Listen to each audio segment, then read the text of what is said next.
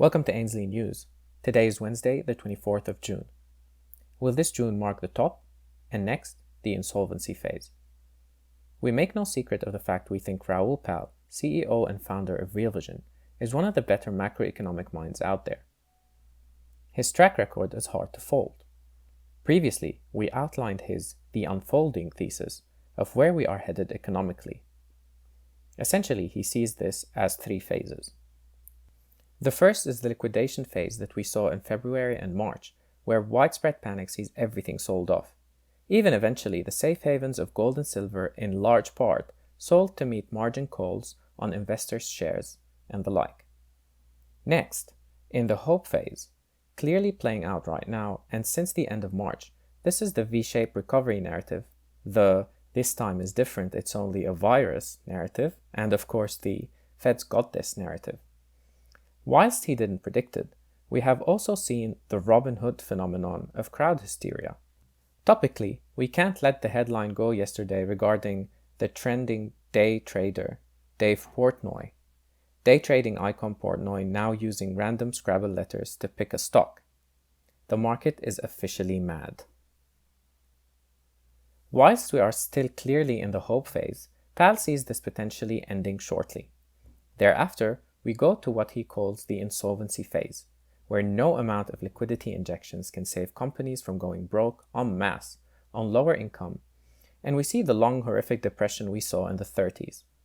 Yesterday we touched on that in the sense that a 90% recovery, even if realized, leaves a 10% gap in an earnings sense, is enough to bring many already struggling companies down. Topically, the following came to light yesterday. First, the correlation between unemployment and commercial bank loan delinquency is both clear and alarming. Secondly, last week's US bankruptcy spiked the most since the GFC. We wrote of Pal's thesis last, here in late May, where history was indicating a June top in the market was a likely scenario. That article is a great summary before reading on today. And yet, here we are in late June, and whilst markets appear jittery, there is no clear sign we are at the top of this hope rally, if indeed this is a hope rally. We will always remind you that no one person's views are always correct. Indeed, Pal is at lengths to say he is macro, and macro doesn't predict short-term timings, nor is it infallible. He rates the likelihood of his worst-case scenario fully playing out at 60%. However, in his latest update, the charts are certainly still supporting this thesis. With respect to RV paying subscribers, let's look at just a few. Firstly, the insolvency phase is based on his theory of debt deflation.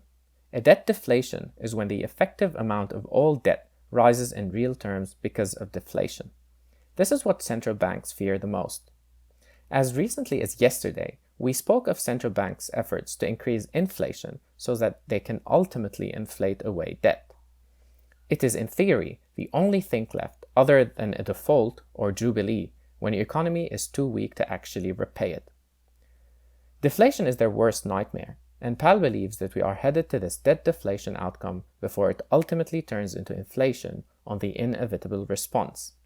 His so-called chart of truth is the long-term chart of 10-year US Treasury yields, and its very clear trajectory towards zero and even negative yields.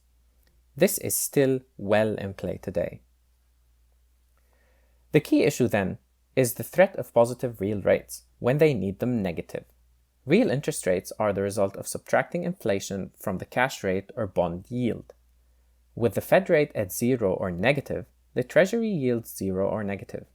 If you have deflation, negative inflation, real rates turn positive, and that is catastrophic for central banks trying to deal with the biggest debt loads in history and an economic recession.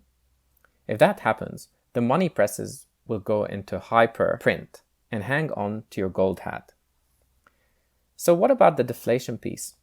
Firstly, Pal updates his commodities chart, and it's still looking decidedly bearish. Weak commodities are the bellwether of deflation. They have now broken and held through the head and shoulders pattern he warned of in April. Beyond commodities, there is a host of deflationary validators in nearly every print, from employment to PMIs to earnings and etc., all of which we have discussed in recent times. However, Pal goes on to share some fascinating non-market charts, with incredible correlation painting a very deflationary picture. First, and deeply structural, CPI inflation against our aging demographic issue. And second, of our discussion last week about labor market participation rates, check out the correlation with the velocity of money. Remember, if there is no velocity of money in the system, the Fed can print to its heart's content. But if no one is actually using all the new money, you can't get inflation. The resulting hyperinflation thesis down the track, after the debt deflation, is when all of a sudden, velocity returns and there is all this extra money in the system buying the same amount of goods. But it won't stop the Fed trying. Below shows the Fed's balance sheet inverted against the same labor participation rate. Why? Because if you don't have a job, you stop consuming. So where to for labor force participation rates? RV's global macro insider analysts have a remarkable track record in predicting this, and their forecast is dire. And finally, to illustrate the correlation between velocity of money and CPI, the charts portray deflation ahead. He goes on to share market charts from some of the biggest crashes showing repeatedly bottoms in March and tops in June, with new lows generally 30 to 60 days thereafter. He then points out that is potentially where we are right now. And so we wait to see if that 11 June low is retaken and the 8 June top marking potentially the start of the new phase. All eyes are on the 3,000, S&P 500, and US Treasury yields holding or trending lower. Pal's aforementioned worst-case scenario sees 80% losses and a depression, not a recession. Only time will tell, but to be forewarned is to be forearmed through balancing your portfolio for such an outcome.